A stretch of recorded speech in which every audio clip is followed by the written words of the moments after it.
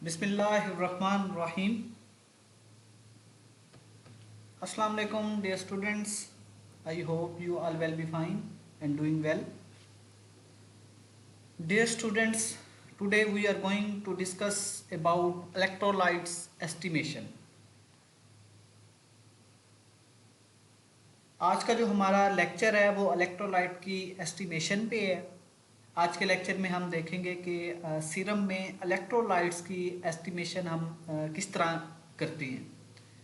Electrolyte की estimation से पहले मैं आप लोगों को इलेक्ट्रोलाइट्स के बारे में बताऊंगा कि बेसिकली इलेक्ट्रोलाइट्स किन्हें हम किस चीज़ को कहते हैं और इनका हमारी बॉडी में क्या फंक्शन है। देन हम इलेक्ट्रोलाइट की एस्टिमेशन के लिए डिफरेंट प्रोसीजर्स या मेथड्स जो हैं वो डिस्कस करेंगे। वन बाय वन उन प्रोसीजर्स को देखेंगे कि किस तरह से हम डिफरेंट इलेक्ट्रोलाइट्स की जो है बॉडी में एस्टिमेशन हम कर सकते हैं और इसके लिए कौन सा जो है हमें सैंपल चाहिए होता है और किस टेक्निक से जो है हम इलेक्ट्रोलाइट्स की एस्टिमेशन करते हैं। That then at the end different electrolytes की बॉडी में जो रेफरेंस रेंज है वो हम डिस्कस करेंगे। तो आज का लेक्चर स्टार्ट करते हैं। Electrolytes are electronically charged minerals that help to control the amount of fluid and balance of acids and bases in your body. Electrolytes basically electronically charged minerals हैं जो कि हेल्प करते हैं बॉडी को to control the amount of fluids and the balance of acids and bases. Body में acid और basis का जो है एक बैलेंस है उसको मेंटेन करने के लिए और इसी तरह से हमारी बॉडी में फ्लूइड का जो एक फ्लूइड की जो अमाउंट है वो भी मेंटेन करने के लिए जो इलेक्ट्रॉनिकली चार्ज मिनरल्स हैं इनका काफ़ी रोल है। They also help to control muscle and nerve activity. इसी तरह से इलेक्ट्रोलाइट्स जो हैं वो मसल और नर्व एक्टिविटी में जो है वो कंट्रोल करती हैं। हार्ट रिदम, दिल की जो धड़कन है, हार्ट का जो रिदम है उसको कंट्रोल करती हैं एंड अदर इम्पोर्टेंट फंक्शन। इसके अलावा भी इनके काफ़ी इम्पोर्टेंट फंक्शंस हैं हमारी बॉडी में। An electrolyte panel also known as serum electrolyte test. Electrolyte panel जिसे हम सीरम इलेक्ट्रोलाइट टेस्ट भी कहते हैं इज अ ब्लड टेस्ट। ये एक ब्लड का टेस्ट है that measure the level of body main electrolytes, जिससे जो है हम बॉडी में इलेक्ट्रोलाइट की कंसंट्रेशन जो है वो हम मेजर कर सकते हैं। और डिफरेंट इलेक्ट्रोलाइट्स की बॉडी में जो कंसंट्रेशन है वो रेफरेंस रेंज में रखी जाती है, वो मेंटेन की जाती है। अगर डिफरेंट इलेक्ट्रोलाइट्स की कंसंट्रेशन लो हो जाए या हाई चली जाए तो उससे डिफरेंट जो है वो डिफरेंट जो है वो पैथोलॉजिकल जो है वो डेवलप हो सकती हैं। इसलिए जो है इलेक्ट्रोलाइट्स का एक बैलेंस जो है वो बॉडी में मेंटेन किया जाता है और उस बैलेंस को चेक करने के लिए हम इलेक्ट्रोलाइट्स की एस्टिमेशन कराते हैं। Electrolyte panel also known as electrolyte serum electrolyte test, serum electrolyte test भी कहते हैं, जिनमें हमारे डिफरेंट इलेक्ट्रोलाइट्स जो हैं वो इंक्लूड होते हैं। और ये जो टेस्ट है बेसिकली ये ब्लड जो है ब्लड से जो है ये सैंपल जो सैंपल है वो हम ब्लड यूज़ करते हैं और ब्लड में जो सीरम है उससे हम फर्दर जो है इलेक्ट्रोलाइट की एस्टिमेशन करते हैं। देन इलेक्ट्रोलाइट्स में sodium which help control the amount of fluid in the body. Sodium और वाटर की जो है कंसंट्रेशन हमारी बॉडी में जो है वो मेंटेन की जाती है और सोडियम का बॉडी में फ्लूइड की जो अमाउंट है उसको कंट्रोल करने में काफ़ी रोल है। It also helps your nerves and muscle work properly. उसके अलावा ये हमारे मसल्स और हमारे नर्व्स की प्रॉपर वर्किंग में भी सोडियम का जो है वो रोल है। Then chloride which also helps control the amount of fluid in the body. Sodium के साथ क्लोराइड भी है जो हमारी बॉडी में फ्लूइड की अमाउंट को जो है वो कंट्रोल करता है। Sodium chloride basically table salt भी जिसे हम कहते हैं सोडियम क्लोराइड, और ये हमारी डेली रूटीन में हम फूड के साथ इसका जो है हम इंटेक करते हैं और इसी तरह से डेली बेसिस पे हम फ्लूइड जो है सोडियम और क्लोराइड की कंसंट्रेशन को देखते हुए हम फ्लूइड इनटेक करते हैं और हमारी बॉडी में नमक और सोडियम क्लोराइड और वाटर का जो है एक बैलेंस जो है वो मेंटेन रहता है।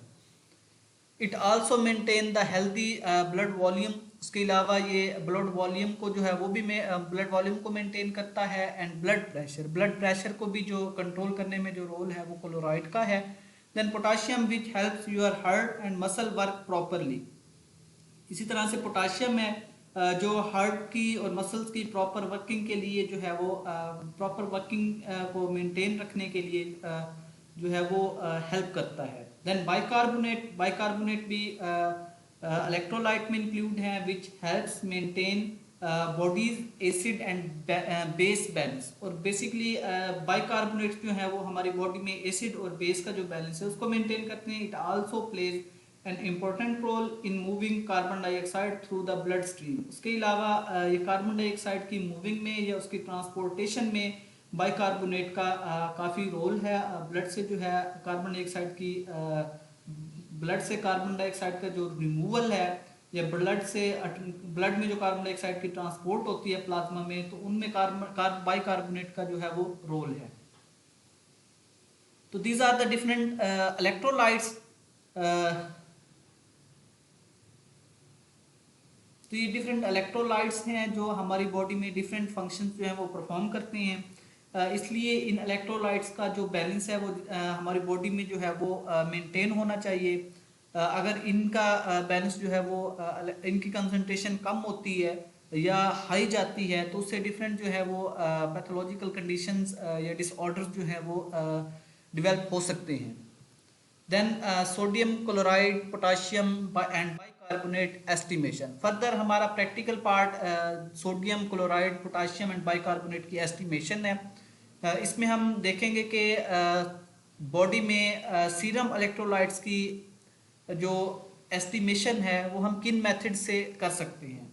Following methods are used for sodium chloride potassium and bicarbonate estimation like flame photometry.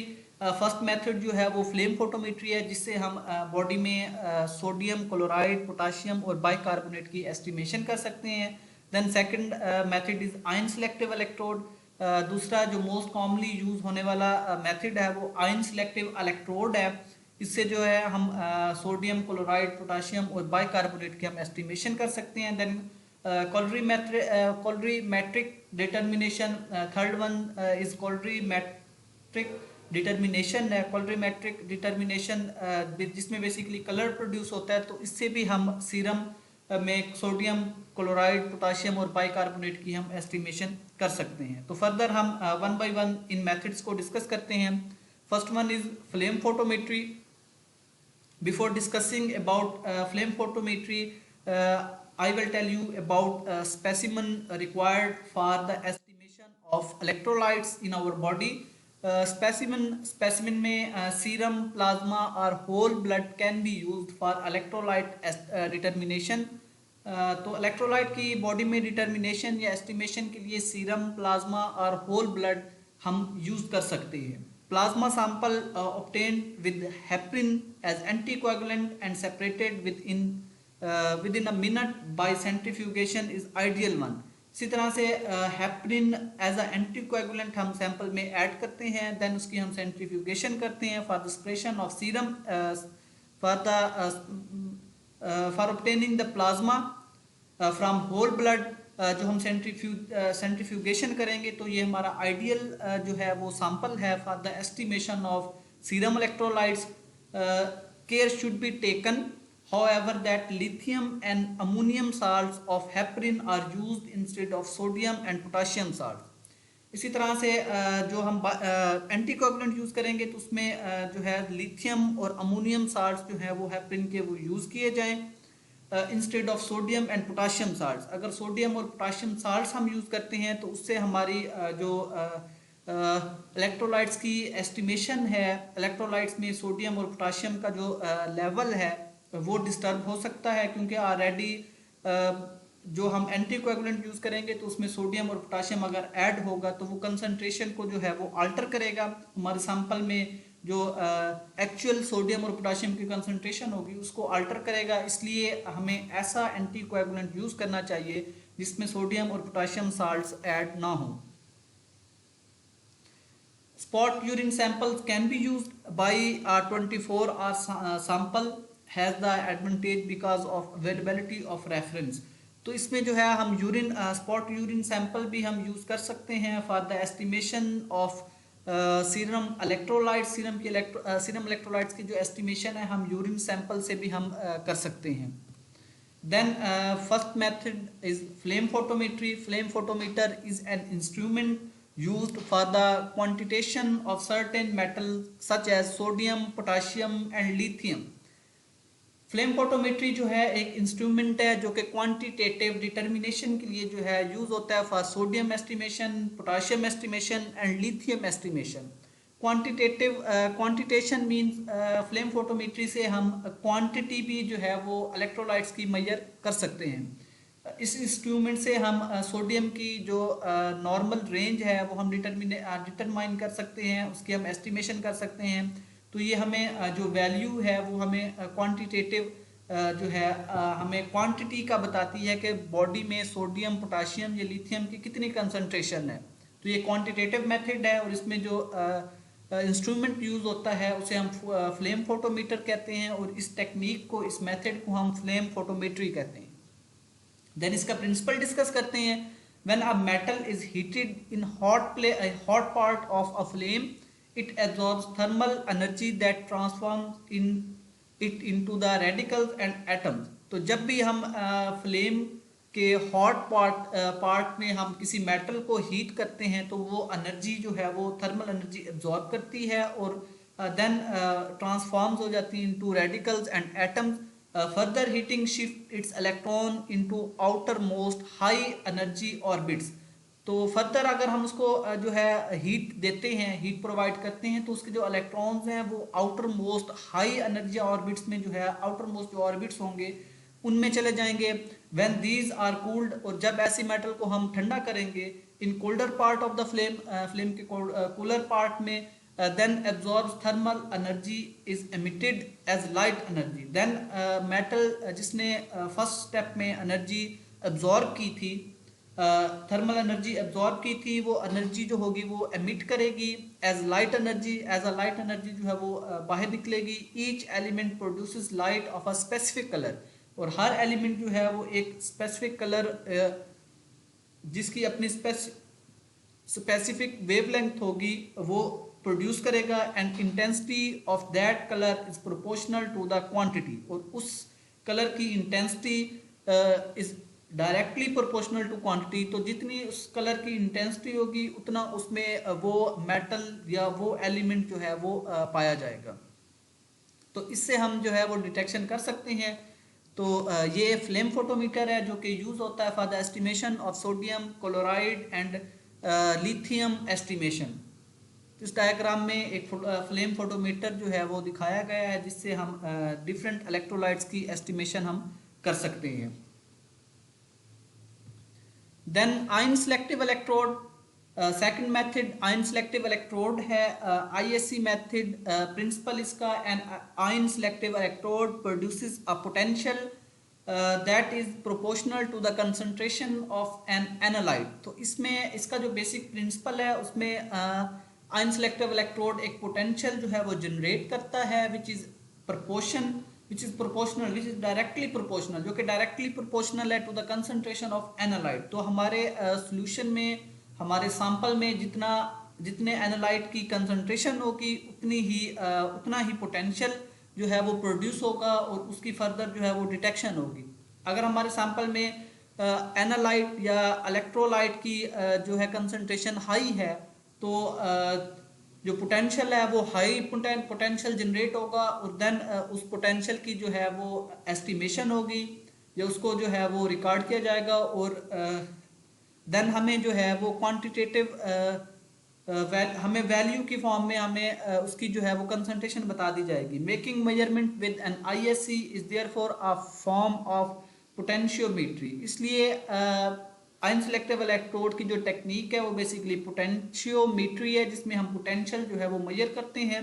The most common ISC is pH electrode. Then ISC technique में जो इंस्ट्रूमेंट यूज होता है वो pH इलेक्ट्रोड है, containing a thin glass membrane responding to H concentration in solution। और उसमें जो है बेसिकली एक थिन ग्लास मेम्ब्रेन यूज होती है जो रिस्पॉन्ड कर रही होती है H कंसंट्रेशन की कंसंट्रेशन को इन अ सोल्यूशन। तो फर्दर जो है उससे हम इस मेम्ब्रेन से हम किसी भी एनालाइट की जब वो पोटेंशियल जनरेट करेगा तो उससे जो है हम उसकी डिटेक्शन या उसकी एस्टिमेशन कर सकते हैं। Instrumentation ISC consist of an ion selective membrane. Ion selective electrode की अगर कंपोजिशन या इसके स्ट्रक्चर को डिस्कस करें तो इसमें आयन सेलेक्टिव मेम्ब्रेन्स होती हैं and internal reference electrode. Then इसमें एक इंटरनल रेफरेंस इलेक्ट्रोड लगा हुआ होता है एंड एक्सटर्नल रेफरेंस इलेक्ट्रोड। इसमें एक एक्सटर्नल रेफरेंस इलेक्ट्रोड होता है। इंटरनल रेफरेंस इलेक्ट्रोड जो है बेसिकली उसमें जो है वो ऑलरेडी जो वैल्यूज हैं वो नोन होती हैं, और एक्सटर्नल रेफरेंस इलेक्ट्रोड पे हमारे सैंपल में जो हमारे सैंपल में जो एलिमेंट्स या इलेक्ट्रोलाइट्स की जो कंसंट्रेशन है उसको मेजर करने के लिए एक एक्सटर्नल रेफरेंस इलेक्ट्रोड जो है वो लगा हुआ होता है and a volt meter. Then voltage को चेक करने के लिए पोटेंशियल को जो पोटेंशियल जनरेट होगा उसको मेजर करने के लिए एक वोल्ट मीटर भी इसकी स्ट्रक्चर में इंक्लूड है। The available instruments usually have sodium, potassium and lithium or chloride, calcium and bicarbonate electrodes in various combination। और इस इंस्ट्रूमेंट में जो इलेक्ट्रोड्स यूज होते हैं सोडियम, पोटाशियम एंड लिथियम, तो इनके लिए अलग अलग इलेक्ट्रोड जो है वो इंस्टॉल किया जाता है विद इन वेरियस कम्बिनेशन, और कम्बिनेशन की फॉर्म में इलेक्ट्रोड्स को लगा दिया जाता है। The procedure is simple one, simple procedure है। The instrument aspirates undiluted sample. Instrument जो है वो अनडाइल्यूटेड सैंपल को एस्पायरेट करता है, सक करता है and direct results are displayed. और उसके जो रिजल्ट्स होते हैं इंस्ट्रूमेंट जो है वो सैंपल को एस्पायरेट करता है, देन उसमें जो है पोटेंशियल जो है वो जनरेट होता है। जितनी कंसंट्रेशन इलेक्ट्रोड की, जितनी कंसंट्रेशन इलेक्ट्रोलाइट की सैंपल में होगी उतना पोटेंशियल जनरेट होगा। देन उस पोटेंशियल को कैलकुलेट किया जाएगा और एक वैल्यू की फॉर्म में स्क्रीन पे जो है वो डिस्प्ले कर दिया जाएगा। इस डायग्राम में इलेक्ट्रॉन आयन सेलेक्टिव इलेक्ट्रोड जो है इसकी ये डायग्राम, इसका अपरेटस जो है वो दिखाया गया है जिसमें मेम्ब्रेन है, ion selective electrode, then sample solution electrode, एक इसमें बेसिकली रेफरेंस इलेक्ट्रोड है, एक एक्सटर्नल इलेक्ट्रोड है, इसमें एक वोल्ट मीटर है जो वोल्टेज या पोटेंशियल जो जनरेट होगा उसको मेजर करेगा, और जो सैंपल है हम सॉल्यूशन के फॉर्म में हम ऐड करेंगे। और देन इसमें एक मेम्ब्रेन जो है वो भी देखी जा सकती है। The instruments are self calibrating. ये इंस्ट्रूमेंट जो है वो सेल्फ कैलिब्रेटिंग है, अपनी कैलिब्रेशन ये खुद ही करते हैं। Ion selective electrons are very expensive. Ion selective electrons जो हैं वो बहुत ज़्यादा एक्सपेंसिव है एंड डेलिकेट स्ट्रक्चर, और ये बहुत डेलिकेट स्ट्रक्चर है, इनकी जो मेम्ब्रेन है वो काफ़ी डेलिकेट होती है। These have to be kept in buffer all the time, और इस मेम्ब्रेन को जो है वो बफर में रखना चाहिए। Drawing will destroy the delicate measuring membrane. तो अगर ये ड्राई हो जाता है तो इससे जो इसकी डेलिकेट मेम्ब्रेन है वो डिस्ट्रॉय हो जाती है and render the ISE as useless, तो जिससे जो है आयन सेलेक्टिव इलेक्ट्रोड जो है वो यूजलेस हो सकता है। इसलिए जो है इसकी प्रॉपर मेंटेनेंस होनी चाहिए। इसके जो मेम्ब्रेन है या इलेक्ट्रोड हैं उन्हें ऑल द टाइम जो है वो बफर में हमें रखना चाहिए ताकि उसकी जो डेलिकेट मेजरिंग मेम्ब्रेन है उसको बचाया जा सके। Then second method is colorimetric method. Third method is colorimetric method. तीसरा जो हमारे पास मेथड है वो colorimetric method है। colorimetric method में बेसिकली हम कलर जो है वो कलर प्रोड्यूस होता है और कलर की जो है वो फर्दर डिटेक्शन होती है। जितना सैंपल में इलेक्ट्रोलाइट की कंसंट्रेशन ज़्यादा होगी उतना वो रिएजेंट के साथ रिएक्ट करेगा और उतना जो है वो कलर डेवलप होगा। फर्दर कलरीमेट्रिक मीटर से जो है हम उसकी कलर की डिटेक्शन करेंगे, देन उसको जो है वो हम डिजिटल फॉर्म में या उसकी जो क्वांटिटेटिव फॉर्म में उसकी जो वैल्यू होगी वो हम स्क्रीन पे जो है वो हमें शो हो जाएगी। Various colorimetric methods have been developed, they include the enzyme activation method. अब फर्दर कलरीमेट्रिक मेथड में एंजाइम एक्टिवेशन मेथड यूज होते हैं, then photometry using magnesium uranyl acetate. इसमें जो है एक मेथड फोटोमेट्री का भी है जिसमें मैग्नीशियम यूरिनाइल एसीटेट जो है हम यूज़ करते हैं। Then turbidity metric method using the tetraphenyl boron. Then एक मेथड है टर्बिडिटी मेट्रिक मेथड, वो भी हम यूज़ कर सकते हैं। Then macrocyclic chromophore. देन हम मैक्रोसाइक्लिक क्रोमोफोर जो हैं वो भी हम यूज़ कर सकते हैं कलरीमेट्रिक मेथड में for the detection of serum electrolytes. These colorimetric assay for sodium and potassium can be employed as a backup for flame photometry or ion selective electrode. Basically ये colorimetric assay जो हैं for sodium and potassium estimation हम use करते हैं as a backup for flame photometry and ion selective electrode. Ion selective electrode या flame photometry के backup के लिए हम इस method को जो है वो हम as a backup ले सकते हैं और इसको यूज़ कर सकते हैं। मोस्टली जो है वो आयन सेलेक्टिव इलेक्ट्रोड ही जो है वो यूज़ हो रहा है डिफरेंट लेबॉर्ट्रीज़ में जहाँ पे वर्कलोड जो है वो बहुत ज़्यादा है, तो वहाँ पे आयन सेलेक्टिव इलेक्ट्रोड से हम जो है सीरम की एस्टिमेशन करते हैं। सबसे अच्छा और इजी जो वे है वो आयन सेलेक्टिव इलेक्ट्रोड है for the estimation of serum electrolytes. Then उसके बाद जो है वो फोटोमेट्री यूज़ होती है, फ्लेम फोटोमेट्री, इससे जो है हम एस्टिमेशन कर सकते हैं। देन बैकअप पे जो है इन केस अगर अनसेलेक्टेबल इलेक्ट्रोड ठीक नहीं है या फ्लेम फोटोमेट्री में जो है इसके इंस्ट्रूमेंट में कोई डिफेक्ट आ जाता है तो हम एज अ बैकअप जो है वो कलरीमेट्रिक ऐसे जो है वो हम यूज़ करते हैं for sodium and potassium estimation.